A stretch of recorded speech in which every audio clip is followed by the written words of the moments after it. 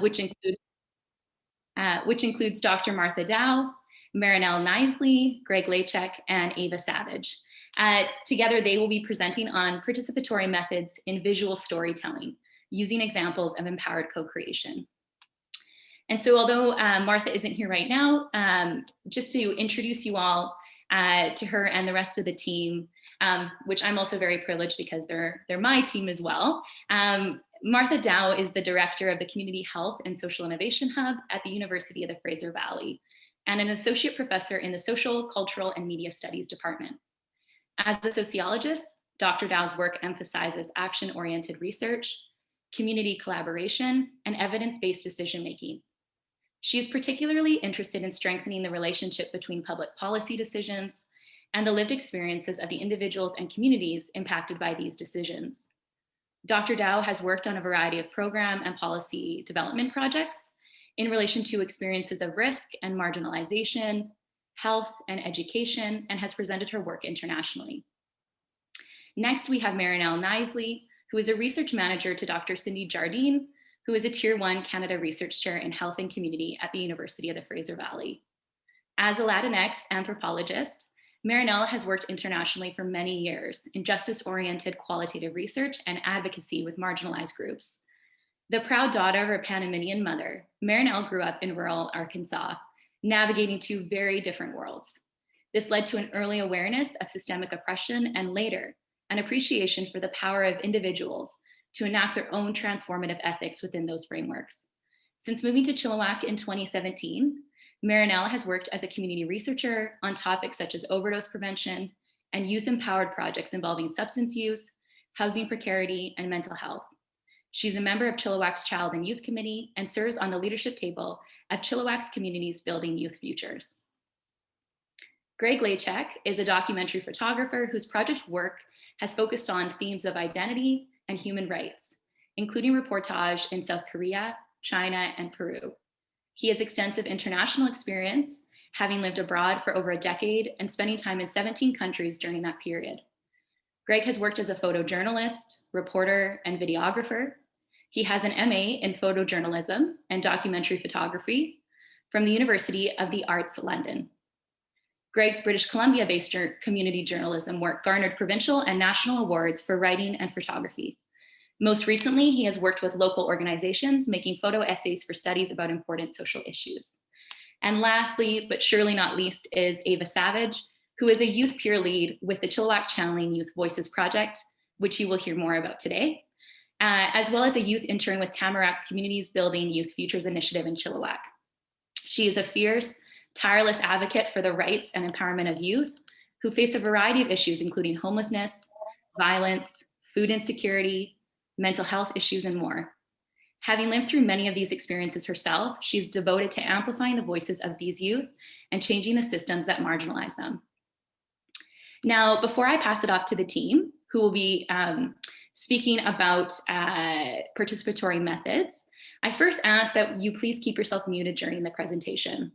As time permits, we'll have a Q&A at the end of the presentation. And at that time, feel free to unmute yourself to ask a question.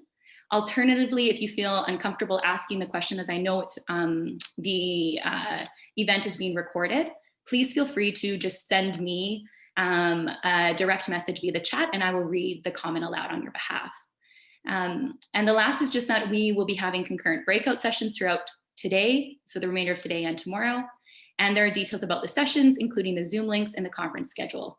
And as I said, please just be mindful that the presentation is being recorded. And on a final but very important note, I know that we are proceeding without a break, so we have attached a self-care guide in the chat that has some resources and tips. And this guide includes suggestions for you to think about so you can be as comfortable and as safe as possible throughout this entire presentation. So if that means taking stretch breaks, staying hydrated, or doing something that makes you feel centered, please do that and know that there is space for that. This guide also includes a number of mental health resources if needed. You can contact anyone from the team if you require support or have questions, and members of the support team are named on Zoom as the Fraser Center staff and are also the people with the event logo as their Zoom backgrounds, so if it helps to identify them. And so without further delay, I will hand it over, I'm presuming to Marinel, unless Martha has joined us. I guess we can check and see if she has. It doesn't look like she has so far, so I'd suggest you just get started, and I can interrupt you guys when I notice she has. Sounds good. And I'm able to share my screen, is that right? Okay, looks like it. We're doing this off the cuff with the tech issue, so we're just keeping our fingers crossed that we don't have any tech issues that happen here. So you are all co-hosts, so you all should be able to share. And Martha did just join us, so. Oh, she did just join us? Yeah. Oh, okay.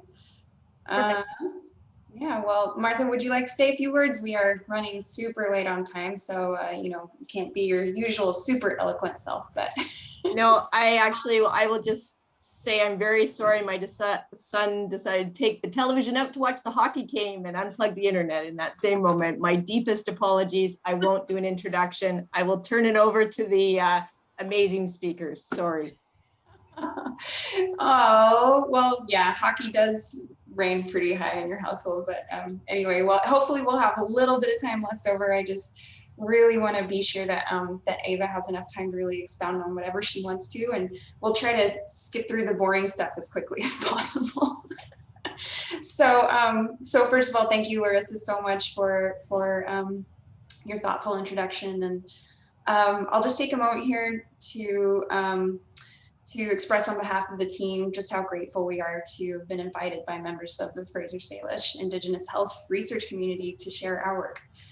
Though the research we're talking about today includes both Indigenous and non-Indigenous people and both the participants and the research team, those of us who were able to make it today come from a white settler background. So we wanted to acknowledge this and give thanks that we get to live and play and work as guests on this unceded territory of the Stalo peoples. And it's just bearing in mind that it is a sad and telling fact that the topics of our research today and often that involve poverty, substance use, mental health issues, homelessness, incarceration, these all disproportionately affect the lives of Indigenous community members. And this is a direct and horrific consequence of the historic and ongoing impacts of colonialism and genocide. So we've done a lot of reflecting as a team as to how to make sure this truth rings throughout our research process. And it's been really interesting and inspiring to witness how our Indigenous team members have responded to the most recent painful evidence, Lake Bear and Kamloops, and how it's galvanized them to use this research project as a means to process the erasure of culture and identity that they've experienced in their own lives and give space for others to do the same. So though we can't speak for them today, we will do our best to represent the model that they helped create. So I'll just say really quickly here that our the research team that I've put here on the front is the research team for our Channeling Youth Voices project. And we're so happy to have Ava here today. And the other three, you'll be seeing bits of them in the little videos that we're including later. So just to give you an outline of what to expect in this presentation. I'm going to give a really brief overview of participatory frameworks and ideas because that's the boring stuff.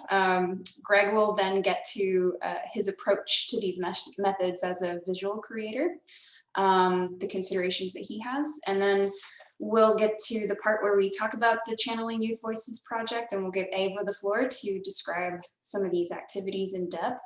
And then we're going to show a little clip that we put together that's just kind of us in action. And then we'll end with the Q&A session. So with that, I will go to the next slide if possible. Oh, it didn't do my little graphic. There we go. Okay, so here, really, what participatory frameworks kind of have in common also with decolonizing methods is that it's about empowerment. So just to put it briefly, problems are best addressed by the people experiencing them. People possess valuable knowledge about their own needs, values, and goals, and people possess strengths that should be recognized and built upon. I put a little, I put these three examples of common acronyms that I'm sure you're all familiar with: community-based research, community-based participatory research, and participatory action research. And all of these are used in different ways, and it kind of depends on the research project as to you know, the purity with which they're used, and there is a spectrum. So I'll just quickly say that, you know, for us, participatory action research is research that involves the active participation of stakeholders whose lives are affected by the issue being studied in all phases of the research for the purpose of producing useful results to make positive changes. And we also embrace that action part as being something that is created through the research process. So for us, it's not just a documentary that goes on to be a form of conversation, but also a platform through which youth can continue a community. So a Facebook page and other things that we'll talk about. So, but it's an iterative process that as it's happening, it's informing the research, and then the research is changed because of it, and round we go. So yeah, so that kind of gives us a little bit of a background there. I'll turn it over to Greg to talk about his approach to these as a visual creator. Thank you.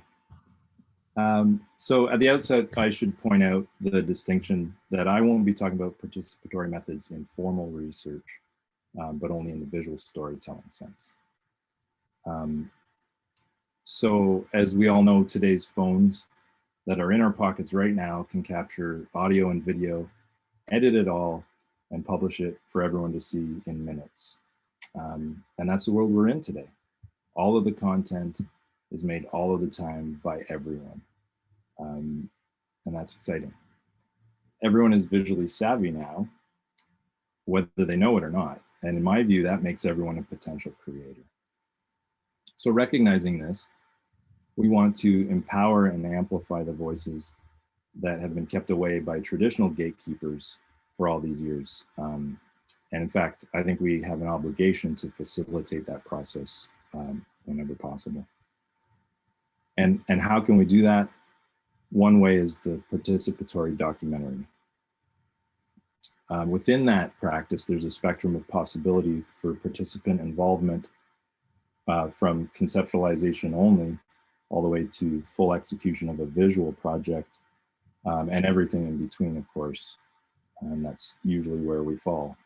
And as a recent example, a photography project with homeless participants had to be done quickly, but that didn't mean it couldn't be done with care. So this was when I was working on with participants. None of it would have been possible without one of the employees with previous lived experience who not only arranged the photos, but advised on almost all aspects of the work. And then conversation with the participants themselves dictated where they stood and how they were depicted. I call this a guided portrait. So in this case, we have to ask who made these pictures. I made some technical decisions and pushed the shutter in all these cases, but in most cases, who did the work to make these photos happen? And when most of the decisions are distributed rather among the participants, of course it's a collaboration, right? I'm merely a technician if I'm doing things correctly here. So this even brings standard ways of attribution into question, right? So that brings us to the Channeling Youth Voices project that we're talking about today. And in this case, we have the luxury of more time and a very engaged team of peer leads. So they can control the process much more throughout the project, which is ideal. We're already at a point in this project where I've seen the leads teaching each other how to use the cameras. So again, I'm just stepping out of the way in this case. That could be my role in another project. A video that we'll watch a bit later in the presentation required no direction from me at all. I presented the idea, everyone agreed, grabbed a camera, and started asking each other questions, their own questions. And everyone who appears in final video project, or products rather, in this project will have a say over how their material is ultimately used at more than one stage in the editing process. And from my observation throughout this, just giving folks the camera and that experience, the possibilities are endless. It opens up a whole new set of ideas. It could even maybe result in spin-off projects in the future.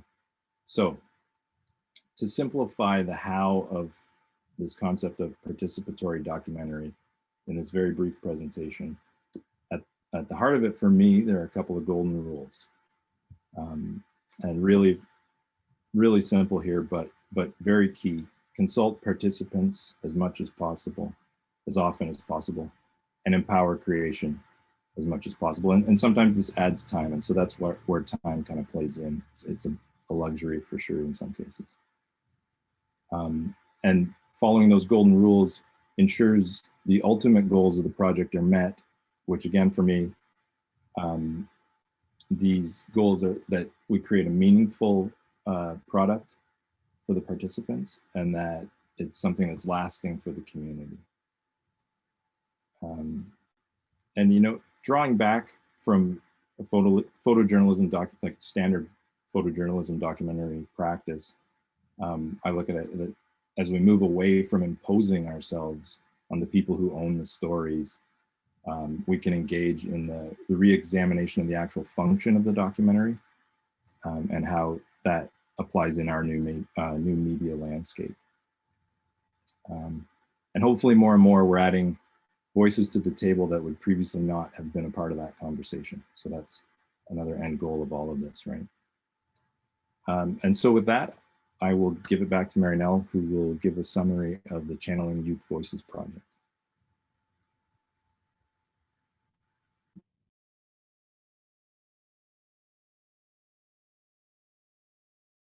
I am muted. That kept happening to Greg while we were practicing, and now karma's come back to bite me.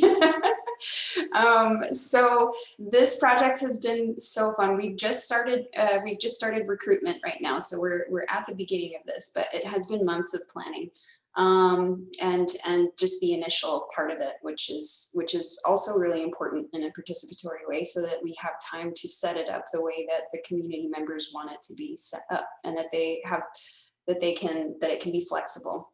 So the point of the project is looking into the daily challenges and survival strategies of young adults in Chilliwack who face or have faced a variety of hardships. So it could be housing insecurity, substance use, mental health issues, loss of a parental figure, incarceration of a parental figure, or run-ins with corrections themselves, and poverty, and we're specifically looking at engaging youth 19 to 26 as they face a particular systemic disadvantage because of the age cutoff for local youth services.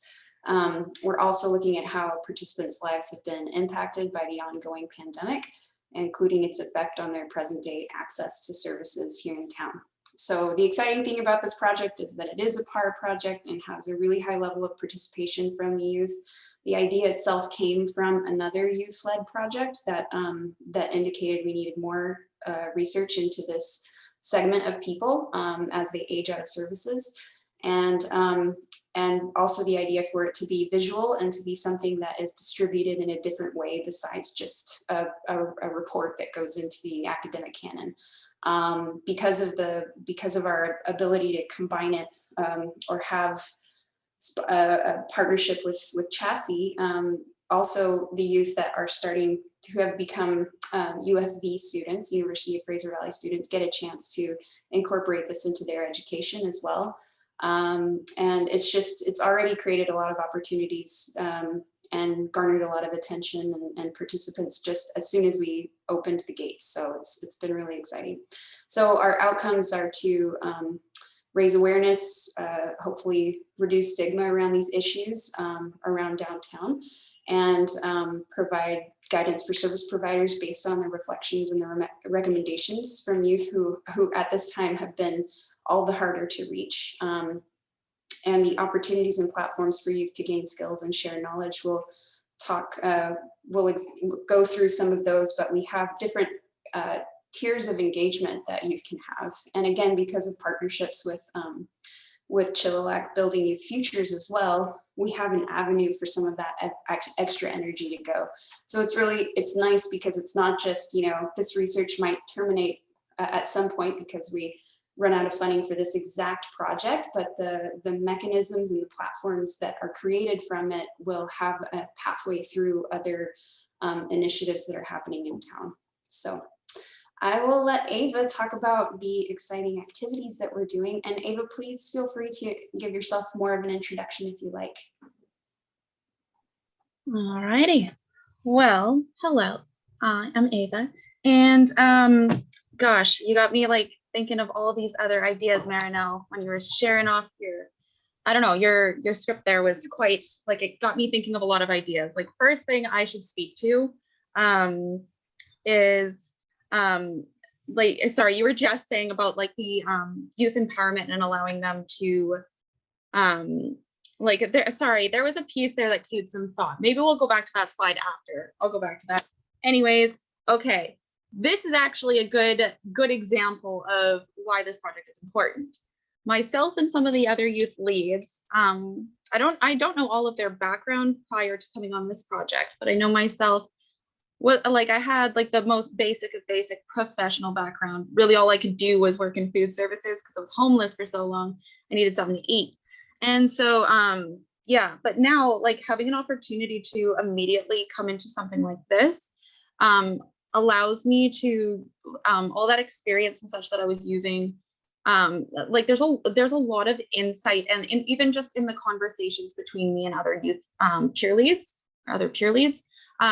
we can create a lot of ideas on how to make change. So that's kind of like the basic of the project. But the more like the interviews, focus groups, and the reflection series are the three main pieces of the project. The first one I want to speak to is the focus group. So I'm just pulling up my notes here. So focus groups are probably the aspect of channeling youth voices that I am most excited about. Each focus group will be kept relatively small to allow space for the youth present to share their thoughts on the questions provided. We've currently allowed participants to join up to 2 focus groups as we aim to offer this opportunity to as many youth from our community as possible, with 1/3 of the seats in each focus group hoping to be held for those who identify as Indigenous. This also applies to the other 2 areas of the project, as we hope to dedicate 1/3 of our capacity with the one-on-one interviews and the reflection series to those who identify as Indigenous.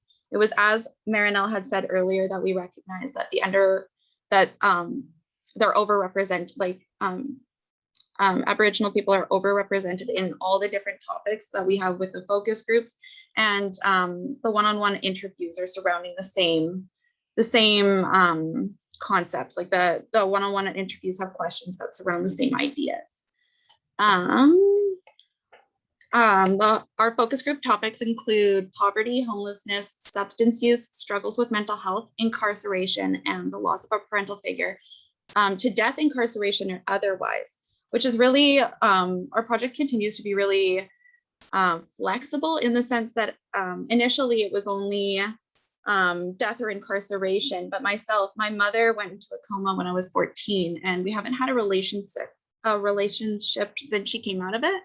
And I know, like many other youth, whether it's LGBTQ+, having the variety of hardships that come with being Indigenous, whatever it might be, that the family is not, that you feel you've lost the parental figure. So it's anyone who identifies with that will be welcome to join. So we're honored to work with our community and recognize the potential for these topics to stir up unwanted emotions and thoughts. Channeling Youth Voices has worked with the Cyrus Center, and staff will be prepared to take calls from participants of the project to ensure we provide the resources necessary to support each youth in telling their story. Along with this, we continue to encourage youth to bring along a trusted person in their life to the one-on-one interviews. So for the reflection series, it's kind of interesting. It's really like, I'm not sure if I should, yeah, I'll start with reading this and then I'll elaborate a bit on our experiences. So youth will be given the opportunity to respond to reflection questions through nearly any artistic expression of their choosing. By providing youth the freedom to use their preferred methods for self-expression, we hope to empower them to share as wholeheartedly as they would like to. With supplies provided by the Community Innovation Fund at UFB, youth can choose to respond using whatever art materials they prefer or by recording responses on our handheld DJI Pocket 2 cameras supplied by the research team. Youth can also use the camera to communicate where they're at that day by talking from behind the camera with a separate recording or entry explaining why the submissions answer the prompt questions. If preferred, they can just use a traditional method of journaling, such as an audio device, a journal, like writing out the responses, or talking to a trained peer lead. Youth participating in the reflection series will have any detail, artwork, or pieces of their reflection series removed upon request before finalization of any finished products, as we want to ensure we are strictly channeling youth voices as they desire to be heard. The final products that the reflection series will or may contribute towards are mainly spoken to by Marinel and Greg, but we collectively look forward to incorporating this material anywhere and everywhere it fits.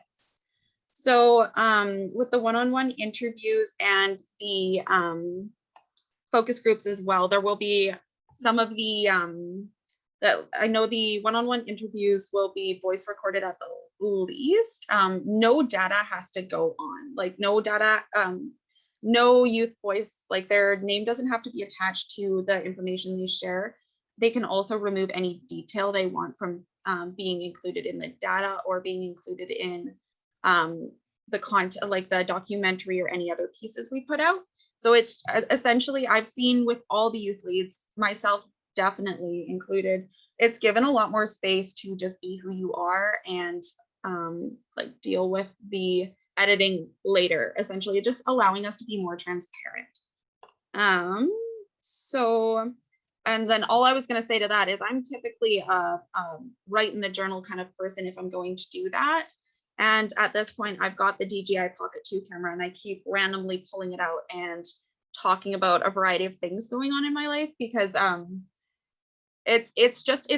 find it's different having the DJI Pocket 2 camera than having my cell phone or social media platforms. I genuinely feel like this, and going back to the research team, is I don't know, it's allowing a change in the community. So I think I've talked too long already. There was more I was going to say, but thank you for allowing me to speak here, and I'm going to pass it back to Marinel now. That was amazing, and that was really cool to hear because you are such a writer. So it's neat to hear what your experience has been. We haven't really reflected on that together yet, so that's cool. I do want to add in that after, you know, though it does, like Greg is kind of leading the compilation of the different pieces, what's neat about it is that everybody gets a chance to see a screening and compilation of the material that they have, and we're going to be you know, every participant that is part of this reflection series will get a thumb drive back of all of their material to do with whatever they like, and they'll have a say as to what goes in to the documentary and what stays out. And so so they'll be part of that kind of ongoing process. So we're gonna just I'm gonna show a little clip that Greg made of a couple of the youth leads that's been part of the recruitment process, just to kind of that we're using to show youth interested as to what it would look like if this is just an example of what it looks like to use the camera. So play that. Bum bum bum bum bum bum bum bum bum na na na. Bum bum bum bum bum bum bum bum bum na na na na na na. Do do do do do do do do do do do. Hey, hello, hi. Hello. I'm gonna turn down my music. This is my daily diary entry number 1. Well, let's start with the time. So it is 2:41 p.m. on Sunday, February 28th. Friday, March 19th, 2021. I just did a tarot card reading. Well, not a tarot card, it was an oracle healing deck. I find that doing that brings me great peace, and I can find myself to recenter and sort of align with what my purpose is of the day. I believe the first one is what is upmost on my mind. That would probably be my failing relationships with mother figures in my life, and my relationships with other people. It's been really stressful in that department lately. Not having a good time with it, not really sure how to deal with it. And it's a constant stress, but here we are. I asked the deck about, what would be, what's my intention for the day.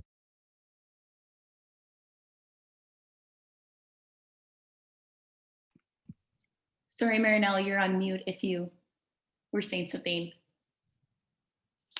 I think we were having some troubles with the video there. We were just discussing it in the background, seeing if for some reason it was an internet problem on my end. But I think, okay. There's something going on with like I was clicking on my mute button, it's not working. I think there is just a slow connection happening. Yeah, shoot. I can try loading it again. It's really unfortunate because the quality is really nice. Marinel, if you'd like me to try, I think it looks like it's loading now. Okay.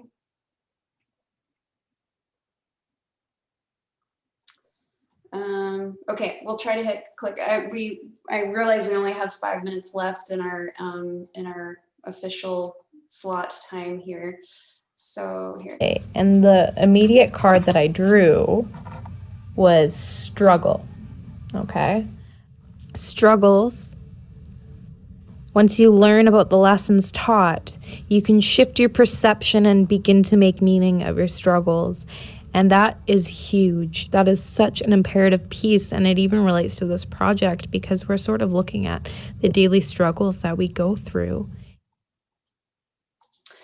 So I take it. Bum, bum, bum, bum, bum, bum, bum, bum. So I take it no one was able to see that still? That's right, yeah. What about a share directly from a video playing in a video player and eliminating PowerPoint? Great idea. Could try doing that.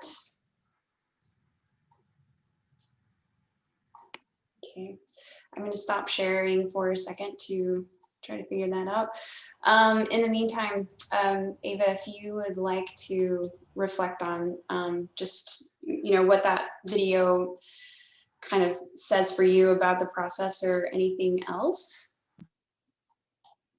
Yeah, sure. Yeah, that was really interesting. So we were all at different parts of the project, like where we were with what we were doing, and two of the youth, our peer leads had finished their video diary, like journal entries. So they so this was put together, and I know we were all laughing, and we were all like, I thought it was really down.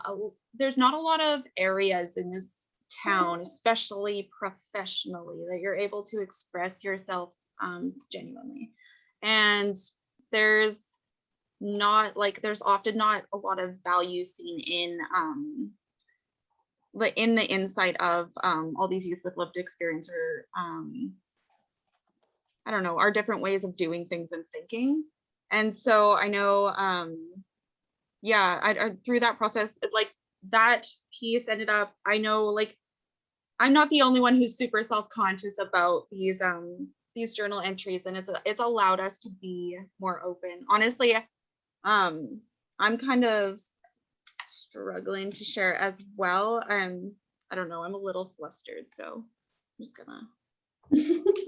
No, it's tough when the tech part is not going through, and I actually can't access any of my controls. I think it's a connection issue. I'm so sorry. Greg, I'm not sure if it's possible for you to share. Oh, yeah, go. Yeah, Greg, I'm not sure if it's possible for you to share the video. If we could do that one, or we could do the longer one. At least being able to finish up with that, you actually get to hear the other youth reflecting on the project as well. So. Okay, maybe I'll try that one. Okay. How's that?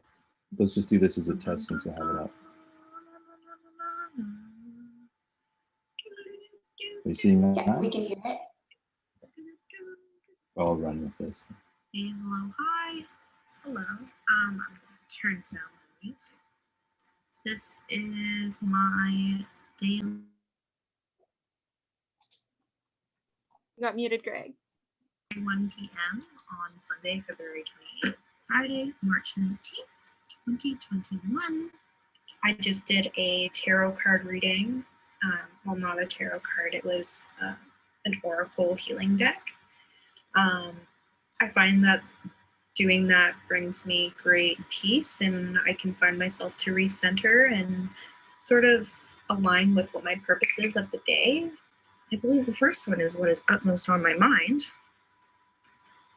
That would probably be my failing relationships with mother figures in my life, and my relationships with other people.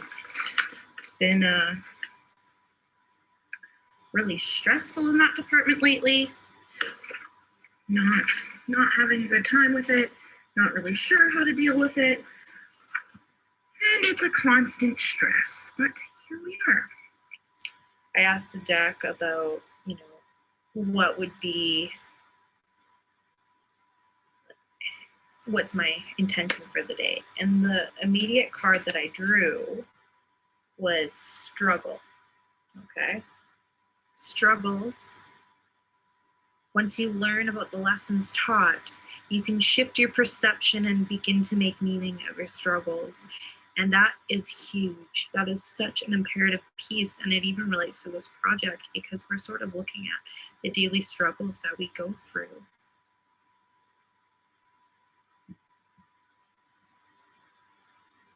And so that was a snippet from the journals. And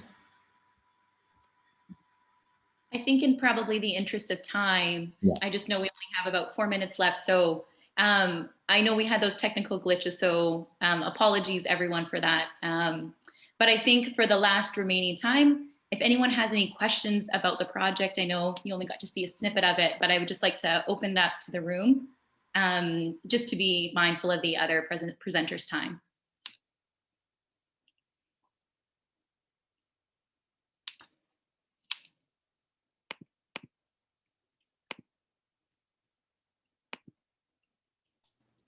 And Larissa, if you want to, I know we had a question or two for Ava.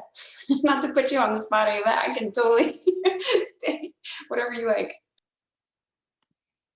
Yeah, certainly. So perhaps this was the first question, and it was that, Ava, we were just wondering, from your perspective, why is it important to take a strengths-based approach in this work? So basically I wrote, I have to, my ideas here. So, okay. So, for a long time, essentially, I held a lot of resentment towards the variety of barriers that I faced. And then being able to come into the 2 different roles that I have, both through CBYF and through Channeling Youth Voices, has essentially empowered me to use that frustration in a productive way and be able to identify barriers, identify solutions, ideas, whatever it might be, but shifting the trajectory of my life in a completely different way. So I see that happening even on small scales with the people that I'm able to bring into the project. People who I still ran alongside when I was young, they're still experiencing, they're unable to get out of this poverty. They're unable to get out of this substance use cycle because of the poverty and such. And so by taking a strength-based approach, it's empowering it's empowering to come, it's nearly impossible to stay resilient through all of that. And so if someone is still managing to hold on to like any lick of resilience, to amplify that and then to push them in that positive way, in that trajectory, it can change someone's life and obviously save a life, but it's like it could change the entire community's approach to this demographic and like the way that we run our community. So I know we're low on time. There we go. Nice. Thank you, Ava. All right, and just with that, I would just like to thank you all so much for this presentation today. And thank you for your time, everyone, for listening to this presentation. And on that news, I know we're about a minute until the next presentation. So if you'd like to stay on, there is another presentation at 5 o'clock. And I hope you enjoyed, and thank you again for being here today. Thank you all.